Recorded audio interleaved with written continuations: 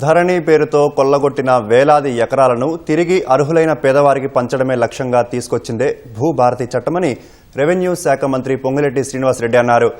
నారాయణపేట జిల్లా మద్దూరు మండలం ఖాజీపూర్లో జరిగిన భూభారతిపై అవగాహన సదస్సులో ప్రసంగించిన ఆయన పేదలకు అండగా ఉండేందుకే ఈ చట్టాన్ని తీసుకొచ్చినట్లు వివరించారు. భూభారతి చట్టం దేశంలోనే రోల్ మోడల్ కాబోతుందన్న మంత్రి పొంగులేటి ధరణి అమల్లో ఉన్నప్పుడు అధికారుల వద్దకే ప్రజలు వెళ్లాల్సి వచ్చేదని గుర్తు చేశారు. ఇప్పుడు భూభారతి అమల్లోకి వచ్చాక అధికారులే ప్రజల వద్దకు వస్తున్నారని స్పష్టం చేశారు.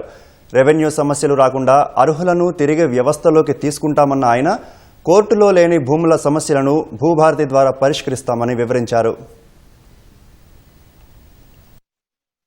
ఈ చట్టం దేశంలోనే రోల్ మోడల్ చట్టం కాబోతుంది.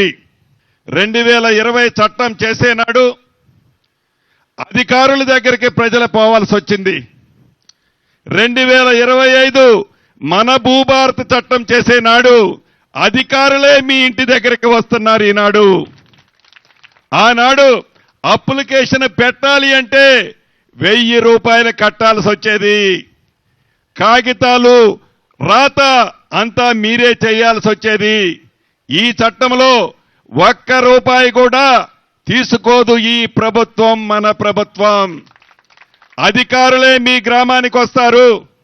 అప్లికేషన్ల కోసం గత ప్రభుత్వం లాగా డబ్బే ముఖ్యం మాకనే విధంగా కాకుండా అప్లికేషన్లు ఫ్రీగా తీసుకొని మీ కన్నీరు, మీ బాధ, మీ ఆవేదన, మీకు ఆ భూమికి ఏదైతే బంధం ఉందో ఆ బంధాన్ని తీర్చేదే ఈ భూభారతి చట్టం. ఆ ధరణి పేరుతో పేదవాడికి చెందాల్సిన వేలాది లక్షలాది ఎకరాలని ఆనాటి ప్రభుత్వం కొల్లగొట్టిందన్నమాట ముమ్మాటికి నిజం.